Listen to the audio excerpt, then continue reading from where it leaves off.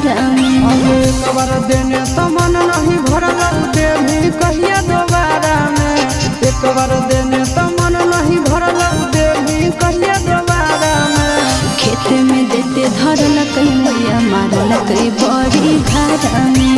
खेत में देते धरल कई मैया मारल कई बड़ी घर में।